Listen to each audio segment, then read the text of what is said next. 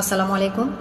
MCQ পরীক্ষা শেষ হওয়ার 5 দিন অতিক্রম হলেও অনেকেই ডিজিটাল বই কি কিনবে, লিখিত পরীক্ষার জন্য কি বই কিনবে সে বিষয়ে সিদ্ধান্ত নিতে পারছে না। আপনাদেরকে বলছি, আপনাদের সিদ্ধান্ত নেওয়ার ক্ষেত্রে আরও অনেক স্পিড হতে হবে। আমি যদি একটা বইয়ের নাম বলে দিই অথবা আমরা যারা বইয়ের নাম বলে দিই, তাহলেই কি আপনি বই পড়ে কি আপনি পাশ করে ফেলবেন? মোটেও না। আপনার হাতের কাছে সহজলভ্য যে বইটা আছে, যে বইটা আপনার কাছে ইজি মনে হয়, আপনি সেটাই নেন না।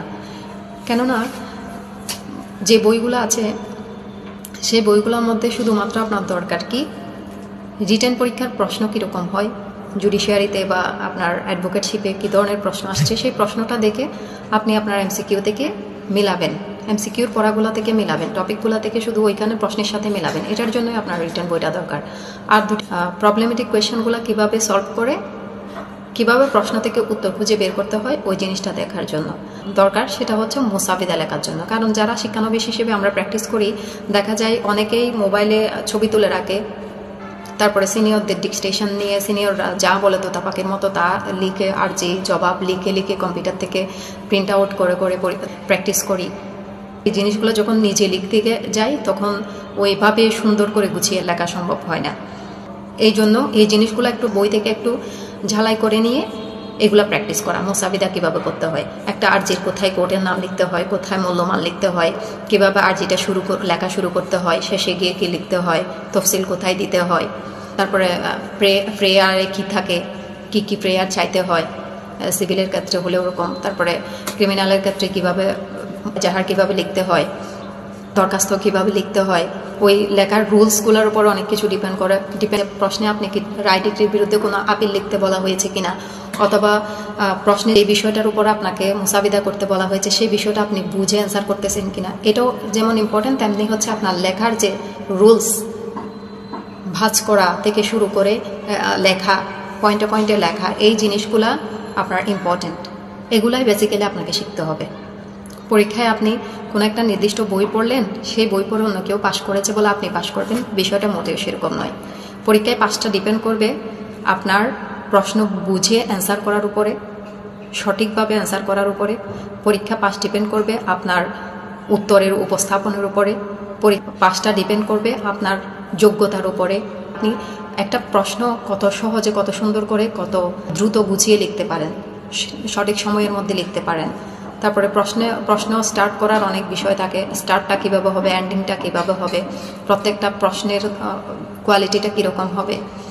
হয়তো দেখা গেল আমরা একটা প্রশ্নের অর্ধেক অংশ লিখলাম আর অর্ধেক পারলাম না, তখন অনেকে দেখা যায় রেখে চলে যাচ্ছে। এরকম বিভিন্ন কিছু থাকে, সেগুলো নিয়ে আমি পরবর্তীতে অন্য একটা ভিডিওতে বলবো। পরীক্ষার আগে করে চেষ্টা করব আর দু একটা ভিডিও দেওয়ার জন্য। আপাতত বই আপনি যেটাই পান, আমার কথা হচ্ছে সেটাই আপনি কিনবেন।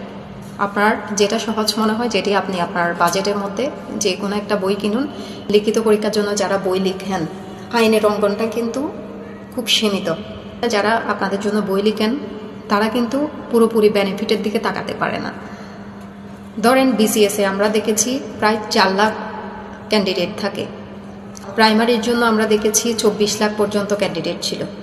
সেই ক্ষেত্রে ওই ধরনের বই যদি ছাপানো হয়, মানে একটা প্রাইমারির জন্য যদি বই লেখা হয়, ছাপানো হয়, অথবা বিসিএসের জন্য বই লেখা হয়, ছাপানো হয়, সেই ক্ষেত্রে ওখানে একটা বেনিফিট, বড় অঙ্কের বেনিফিট পাওয়ার সুবিধা বা পসিবিলিটি থাকে।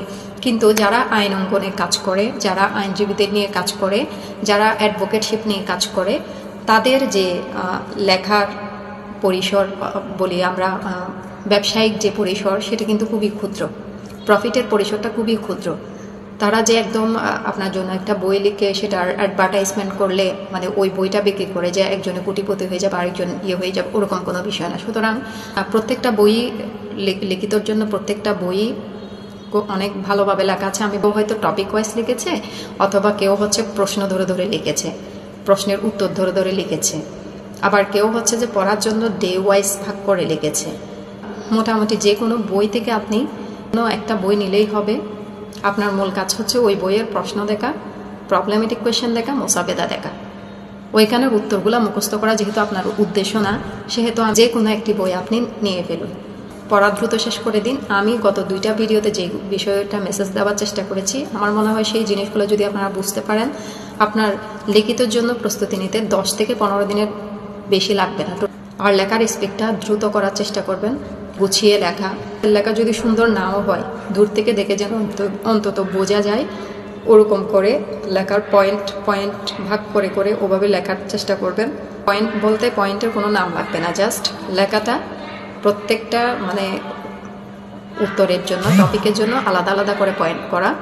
এই সিস্টেমে লেখার একটু প্র্যাকটিস করুন। সব কথা শেষ কথা হচ্ছে, আপনি যে কোনো একটা বই নিলেই হবে। লিখিতর জন্য আপনার হাতের কাছে যে বইটাই পাবেন সেটাই নিয়ে নিন। এখানে বই ইম্পর্টেন্ট না, ইম্পর্টেন্ট হচ্ছে যে আপনার প্রস্তুতিটা।